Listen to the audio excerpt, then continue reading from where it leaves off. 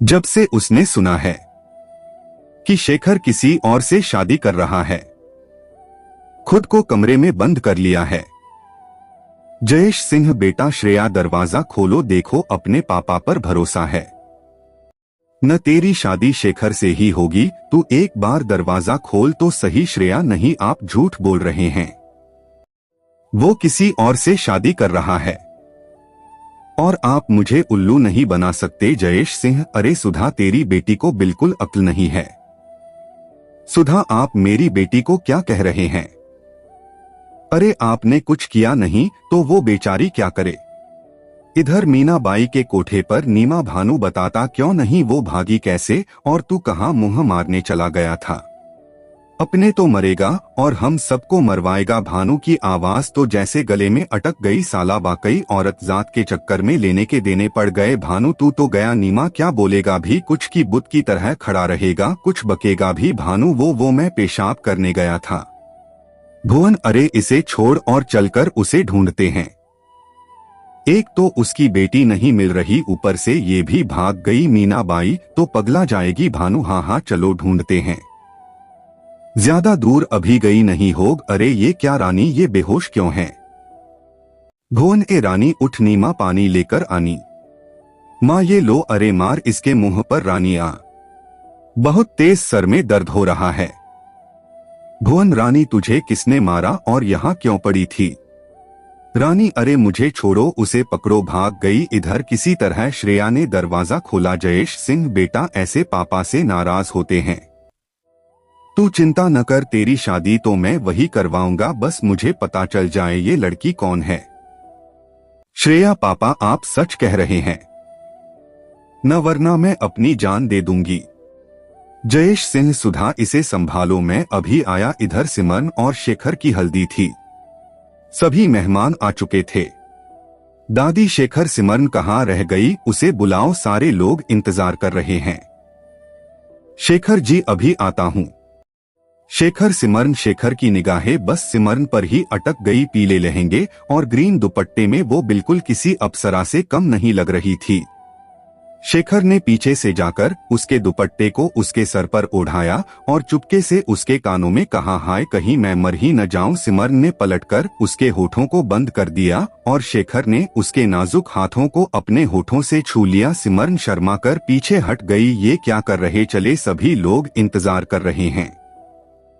शेखर, हूँ, चलो। और फिर दोनों सीढ़ियों से नीचे उतर रहे थे तो दादी माँ ने कहा, दयाराम, शेखर और सिमरन की जोड़ी बिल्कुल सीता और राम जैसी है। मेरी बहू तो लाखों में एक है। दयाराम, सही कहा मालकिन आपने। सिमरन बहू तो साक्षात लक्ष्मी का रूप है। उनके कदम इस हवेली में खुशियां लेकर आए हैं।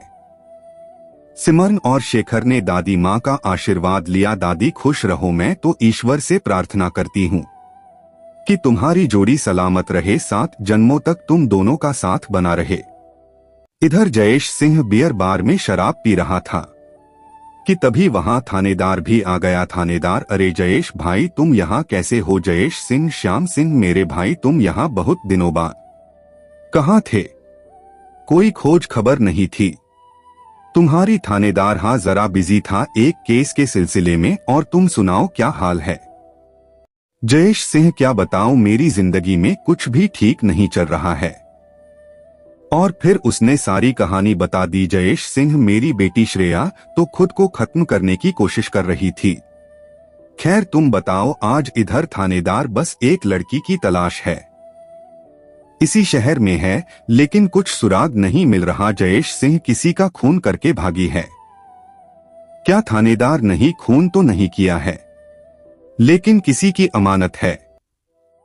अब तुमसे क्या छुपाना, ये लड़की कोठे से भागी है और उसे पकड़ने के लिए मुझे अच्छी खासी रकम मिली है, लेकिन ना जाने वो किस बिल में छुपी है। जयेश सिंह, उसकी कोई फोटो नाम कुछ हो तो दिखाओ, शायद मैं तुम्हारी कुछ मदद कर सकूं। थानेदार, 1 मिनट, मोबाइल में उसकी फोटो है और हाँ ये देखो, इसका नाम सिमरन है। जयेश सिंह की आंखें फटी की फटी रह गई। थानेदार, क्या हुआ, तुमने इसे कहीं देखा है? जयेश सिंह, अरे ये लड़की तो वही है जिसकी वजह से मैं परेशान हूँ। हे ईश्वर, तेरी लीला अपरंपार है। क्या सही समय पर तूने रास्ता दिखाया प्रभु। थानेदार कहाँ है? कैसे मिलेगी? जयेश सिंह, तुम मुझे उस कोठे वाली से मिलवा सकते हो? थानेदार, क्यों नहीं, अभी चलो इधर। शेखर और सिमरन ने खूबसूरत डांस किया और सभी ने तालियां बजाईं। इधर गौरी के भागने की बात जब मीनाबाई को मिली, मीनाबाई, तुम सबके सब हराम का खाते हो, एक काम के नहीं हो। उसने चिल्लाते हुए कहा, कान खोलकर सुन लो, अगर गौरी मिली नहीं तो ये रात तुम सबकी आखिरी रात होगी। जाओ उसे ढूंढूं। सारी लड़कियां डरी सहमी सहमी खड़ी थी कि अब मीनाबाई आगे क्या करेगी। मीनाबाई, अगर तुम में से किसी ने भी उसकी मदद की होगी तो उसकी चमड़ी खिंचवाकर भूसा भरवा दूंगी। मीनाबाई की बात सुनकर सारी लड़कियां आपस में खुसर फुसर करने लगी। एक ने कहा, हमें क्या पड़ी है जो उसे छुड़ाकर अपनी जान जोखिम में डालेंगे। पता नहीं किसने उसकी मदद की होगी। अगर मीनाबाई जान गई तो उसकी मौत पक्की है, वो तो समझो गई। तभी दूसरी ने कहा, पता है, इन माँ बेटी का साया हमारे लिए मुसीबत बन गया है। रोज ही एक नया नाटक। तभी रानी अपना सिर पकड़े कराहते हुए अंदर आई। बहुत दर्द हो रहा। कमबख्त कही कि मीनाबाई, ये तू कहाँ अपना सिर फोड़वा कर आ रही है? सुन, कही किसी ग्राहक से बदतमीजी तो नहीं कि आजकल तुम सब पर ध्यान नहीं है? मेरा ऐसा मत समझना रानी। मीनाबाई, वो मैं उस गौरी को पकड़ रही थी। मीनाबाई, गौरी कहाँ है? बोलती क्यों नहीं? गौरी कहाँ है? चिल्लाते हुए रानी, वो पीछे के दरवाजे के पास छुपी थी। मैंने उसे पकड़ना चाहा तो उसने मेरे सिर पर डंडे से मार दिया और भाग गई। भानु और बाकी सब गए हैं उसे ढूंढने। मीनाबाई, भागने दे, कहाँ जाएगी भागकर? अब उसकी मुझे उतनी जरूरत भी नहीं है। मिल जाए तो जान से मार दूंगी। बहुत नाक में दम किया है उसने। सोना, ये रानी तो बड़ी सियानी निकली। देखो कैसे मीनाबाई की चमचागिरी कर रही है। इसे तो मैं बाद में देखती हूँ, अभी तो बस गौरी इनके हाथ न लगे बस। तभी थानेदार अंदर आता है। मीनाबाई, अरे थानेदार बाबू, आप और इस चलिए, आपसे काम भी था। ए तुम लोग खड़ी तमाशा क्या देख रही हो? जाओ अंदर। थानेदार, अरे मीनाबाई, तुम्हारी तलाश खत्म हो गई, उसका पता चल गया, अंदर आ जाओ। जयेश भाई, मीनाबाई ये कौन है? कोई नया ग्राहक है, देखने में तो मालदार लग रहा है। थानेदार, मीनाबाई ये मेरे करीबी दोस्त है और आपको जिसकी इतने दिनों से तलाश है उसका पता इनके पास है। मीनाबाई, अरे आप खड़े क्यों बैठे, कुछ लेंगे ठंडा गरम? थानेदार, मैं जरा। मीनाबाई, हाँ अंदर ही है। ये सोना देख कौन आया है। सोना, ये इतनी रात को सब ठीक तो है?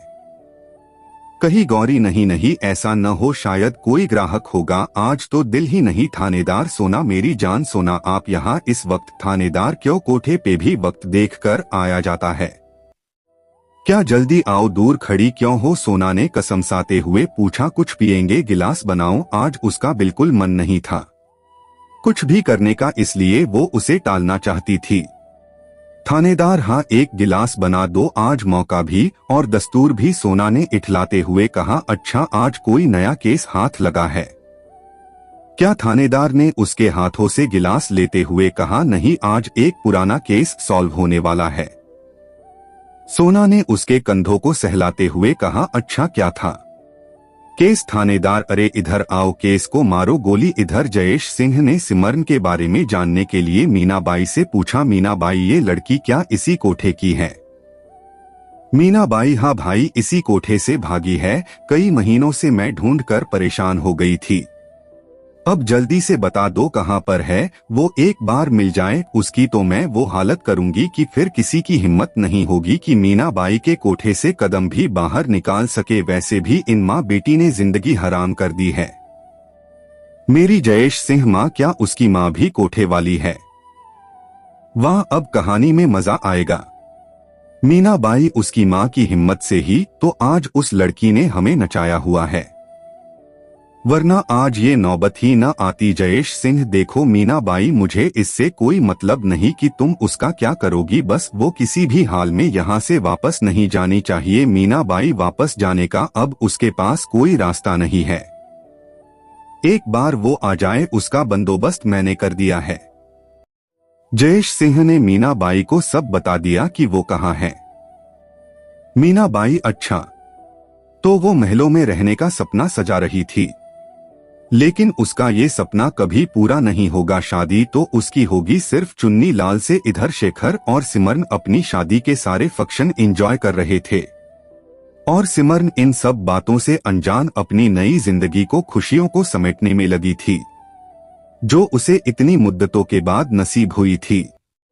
इधर गौरी भी मीनाबाई के गुंडों से बचकर निकल तो गई, लेकिन वो इतनी थक चुकी थी कि अब उसकी हिम्मत जवाब दे चुकी थी। वो वहीं बैठ गई। प्यास से उसका गला सूख चुका था और बदन की सारी हड्डियां दर्द कर रही थी।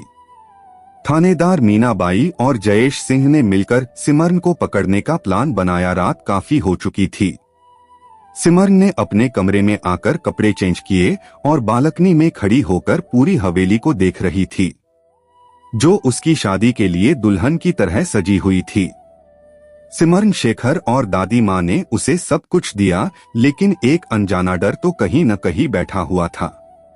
उसकी आंखें भीगने लगी और वो अपनी माँ को याद करने लगी। इधर गौरी भी सिमरन के बारे में ही सोच रही थी कि ना जाने मेरी सिमरन कहाँ होगी। इतनी भीड़ में उसे कहाँ तलाश करूंगी, उससे मिलकर क्या बताऊंगी कि उसकी माँ एक कोठे वाली है।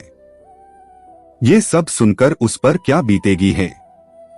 भगवान, आज मुझे तूने किस दोराहे पर खड़ा कर दिया। इतने साल संजो कर रखा था कि मेरी काली परछाई उस पर न पड़े, लेकिन आखिर मेरे मनहूस साये ने उसकी जिंदगी को नरक बना ही दिया। इधर शेखर सिमरन को ढूंढता हुआ बालकनी में आ गया। सिमरन तो अपने ही ख्यालों में खोई हुई थी। उसे शेखर के आने का जरा भी पता न चला और शेखर ने आहिस्ता आहिस्ता कदमों से उसके पीछे आकर उसे डराने के लिए आवाज निकली। उस सिमरन डर से पलटकर उससे लिपट गई और आंखें बंद कर ली। शेखर ने भी उसे कसकर अपनी बाहों में पकड़ लिया। कुछ देर बाद सिमरन ने उसे पीछे करते हुए कहा, आपने तो मुझे डरा ही दिया। ऐसा भला कौन करता है अपनी होने वाली बीवी के साथ। अगर मुझे हार्ट अटैक आ जाता तो फिर आप तो कुंवारे रह जाते। शेखर चुप, आज के बाद से ऐसा कभी बोलना नहीं, उसने सिमरन को अपने करीब करते हुए कहा। सिमरन, तुम्हें पता भी है कि मैं तुम्हें कितना प्यार करता हूँ। सिमरन शेखर के प्यार की तपिश को महसूस कर रही थी। सिमरन, उन्हें कितना प्यार करते हैं मुझसे शेखर, अपनी जान से भी ज्यादा। तुम्हें पता भी नहीं होगा कि मेरी लाइफ में तुम्हारी क्या इम्पोर्टेंट है। तुमने मेरी दुनिया ही बदल दी है। मुझे तो कभी कभी लगता है कि गॉड ने तुम्हें मुझे गिफ्ट किया है। सिमरन, अच्छा, आपकी बातें तो शहद से भी ज्यादा मीठी है। शेखर, ओह। और मैं, उसने शरारत से कहा। सिमरन, आप तो बहुत ही प्यारे हैं, रसगुल्ले जैसे। शेखर, इधर आओ। उसने उसे पकड़ना चाहा। सिमरन, क्यों, आपको सोना नहीं है? रात कितनी हो गई है और फिर कल हमारी शादी भी तो है। शेखर, ओके, तो फिर चलो सो जाते हैं। सिमरन, आप उस कमरे में जाएं और मेरा कमरा इधर है। और उसने सीढ़ियों से उतरते हुए शेखर को ठेंगा दिखाकर भाग गई। शेखर, सिमरन वाकई में लड़की नहीं, जादू है। उसे मिलकर ऐसा लगा ही नहीं कि हमारी कुछ ही महीनों की जान पहचान है। लगता है कि कितने अरसे से एक दूसरे को जानते हो। आज मुझे अपने इंडिया आने पर कोई अफसोस नहीं। इधर जयेश सिंह ने कहा, देखो कल उसकी शादी है और तुम उसे वहीं से गायब कर देना। मैं हवेली में घुसने का पूरा रास्ता जानता हूँ, मैं समझा देता हूँ। उसने पूरा प्लान मीनाबाई के गुंडों और थानेदार को समझा दिया। जयेश सिंह, उस शेखर ने उस कोठे वाली लड़की के सामने मेरी इज्जत उतारी थी। कल पूरे समाज के सामने उसे नंगा न कर दिया तो मेरा नाम भी जयेश सिंह नहीं। मीनाबाई, देखो भाई, तुमको किसकी इज्जत उतारनी है उतारो, लेकिन मुझे तो सिर्फ वो लड़की चाहिए जिसने महीनों से मेरी रातों की नींद हराम कर दी है। और ऊपर से उसकी माँ भी भाग गई। खैर, भाग कर जाएगी कहाँ, आखिर वापस तो उसे आना ही पड़ेगा। कोठे वालियों को भी शरीफ लोग पसंद आ रहे हैं, तो भला हमारा धंधा कैसे चलेगा। अब इसे ही देख लो, इतनी हिम्मत की व्याह रचा रही है। कल उसकी शादी तो होगी, लेकिन चुन्नी लाल से आखिर कीमत जो चुकाई है इधर सोना ने सारी बातें सुन ली। सोना, ये सब क्या चक्कर है? ये आदमी कौन है? और सिमरन शादी कर रही है। ये लोग कल क्या करने वाले हैं? पता नहीं गौरी कहाँ है। अब उसे कैसे बताऊं कि सिमरन मुसीबत में है, जिसके लिए वो इतने सालों से मेहनत कर रही है। उसकी मेहनत को मैं बर्बाद नहीं होने दूंगी। मुझे कैसे भी करके सिमरन को बचाना होगा। इधर गौरी बिना पानी के मछली जैसी तड़प रही थी और धीरे धीरे वो निढाल होकर जमीन पर गिर गई। सुबह शेखर की आंख थोड़ी देर से खुली। रात वो कुछ ज्यादा ही सिमरन के ख्यालों में खो गया था, इसलिए देर से सोया। ओह माई गॉड, सुबह के 10 बज चुके हैं और मुझे किसी ने जगाया भी नहीं। वो उठकर सीधे नीचे चला आया। दादी माँ के कमरे में कोई भी नहीं था। तभी उसने नौकर से पूछा, शेखर सुनो, दादी माँ कहाँ है? नौकर, छोटे मालिक मालकिन और सिमरन बेटी मंदिर गए हैं और उन्होंने कहा है कि आप उठ जाए तो आप भी आ जाए। शेखर, अच्छा। शेखर अपने रूम में वापस आकर फ्रेश होने के बाद मंदिर पहुंच जाता है। दादी के पैर छूकर उसने आशीर्वाद लिया। दादी, बेटा गुरुजी का आशीर्वाद ले लो। शेखर जी, दादी गुरुजी सदा सुखी रहो। चले आरती कर ले। शेखर, दादी आपको मुझे उठा देना चाहिए था, मैं भी साथ ही आ जाता। दादी, मुझे पता है कि तुम थक गए थे, इसलिए सोने दिया। आज शादी है, रात भर जागना जो है। चलो, पूजा भी हो गई, अब घर चलते हैं। इधर जयेश सिंह ने मीना बाई के गुंडों को हवेली दिखा दी। जयेश सिंह, देखो होशियारी से काम करना है, किसी को भी भनक नहीं लगनी चाहिए कि तुम लोग कौन हो, समझ गए ना? कोई गड़बड़ नहीं होनी चाहिए। जयेश सिंह, अपने घर आकर सुधा शाम को तैयार रहना, शादी में जाना है। सुधा बावले हो गए हैं, क्या जी की ज्यादा पी लिए है? अरे इधर हमारी बेटी के आंसू नहीं रुक रहे और आप है कि हमको शादी में जाने के लिए कह रहे हैं। देखिए, हमको ये मजाक अच्छा नहीं लगा। जयेश सिंह ने एक जोरदार ठहाका लगाया। हाँ, सुधा, लगता है कि इन्हें गहरा सदमा लग गया है। जयेश सिंह, सुधा तुम्हें क्या लगता है कि हम पगला गए? सुधा हरकतें तो वैसे ही कर रहे हैं। जी जयेश सिंह, तुम अगर ये बात सुनोगी जो मैं कहने जा रहा हूँ तो तुम भी मारे खुशी के पगला जाओगी, समझी? सुधा है, ऐसी क्या बात है, मुझे भी बताए जल्दी से। जयेश सिंह, सुधा तुम्हें पता है कि जिस लड़की से शेखर शादी कर रहा है वो लड़की कौन है? सुधा, कौन है? जी मुझे क्या पता होगा जयेश सिंह, वो एक कोठे वाली की बेटी है। सुधा, हाँ, ये आप क्या कह रहे हैं? कोठे वाली की चाची जी को पता है ये बात? जयेश सिंह, नहीं, लेकिन आज धमाका होगा। आज उस हवेली की इज्जत नीलाम होगी। मेरा तमाशा बनाया था न उस 2 टके की लड़की के सामने, अब पता चलेगा कि जयेश सिंह क्या चीज है। सुधा, वाकई आपने तो कमाल कर दिया। बस मुझे तो चाची जी की चिंता है, पता नहीं ये सदमा बर्दाश्त कर पाएगी कि नहीं, कहीं पर लोग न सिधार जाए। जयेश सिंह, मुझे इससे कोई मतलब नहीं है, मुझे सिर्फ और सिर्फ अपने अपमान का बदला लेना है। सुधा, हाँ देखिए ना, शेखर को मेरी बेटी पसंद नहीं थी और उस नाचने वाली को पसंद किया। आखिरकार हवेली की इज्जत मान सम्मान का कोई ख्याल न रहा। लेकिन एक बात समझ में नहीं आई जी कि आपको ये सब कैसे पता चला? जयेश सिंह, अरे सुधा, मुझे तुमने समझा क्या है? जयेश नाम है मेरा, एक बार जो ठान ली तो उसे करके ही दम लेता हूँ और फिर ऊपर वाले की मेहरबानी से सब कुछ हो गया भी। अब तुम्हें ज्यादा दिमाग लगाने की जरूरत नहीं है, बस तुम शाम के ड्रामे का आनंद लेने के लिए तैयार रहना। इधर मीना बाई ने चुन्नी लाल को अपने कोठे पर बुलाया। चुन्नी लाल, क्या बात है? मीना बाई, इतनी जल्दी में मुझे बुलाया? मीना बाई, बात ही कुछ ऐसी थी, आखिर तुम्हारे सर पर सेहरा सजाने का जो टाइम आ गया है। चुन्नी लाल, सही कह रही हो मीना बाई, मजाक तो नहीं कर रही हो? कहाँ है वो? मीना बाई, कैसी बातें कर रहे हो? चुन्नी लाल, पक्की खबर है, वो आज मिल जाएगी। तुम्हारी दुल्हनिया आज तुम्हारी बाहों में होगी, जाओ जाकर तैयारी करो। चुन्नी लाल, मीना बाई, तुमने तो ये खबर सुनाकर दिल खुश कर दिया, मैं अभी तैयारी करता हूँ। इधर सिमरन खुश होने के साथ साथ बहुत उदास थी। इस खास दिन पर अगर उसकी माँ भी साथ होती तो कितनी खुश होती। इधर गौरी निढाल पड़ी थी कि तभी कुछ लोगों ने उसे देखा। अरे भाई, ये औरत यहाँ क्यों पड़ी है? लगता है कि बेहोश हो गई है।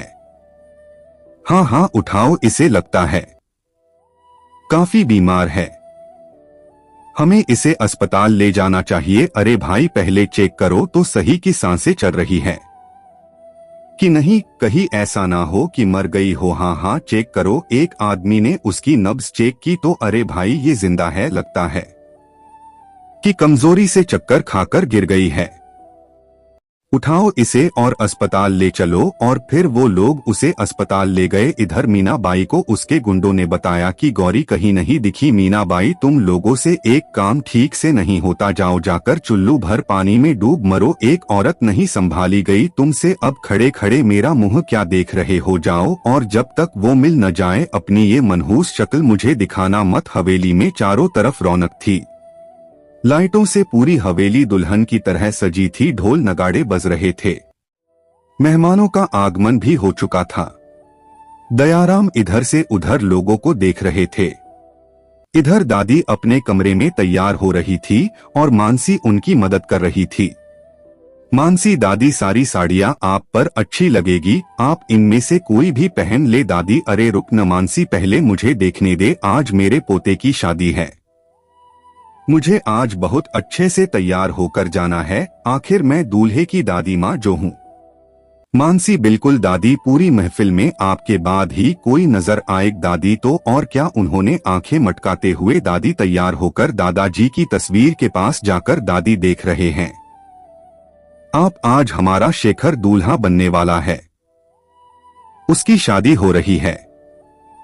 काश आप जिंदा होते तो इस खुशी के मौके पर कितने खुश होते। खैर, आपकी सारी जिम्मेदारियों को मैंने बखूबी निभाया और आज आपकी सबसे बड़ी जिम्मेदारी को पूरा करने का समय आ गया। ये कहते कहते दादी की आंखें नम हो गईं। इधर सिमरन आईने के सामने दुल्हन बनकर बैठी थी और अपने को देख रही थी।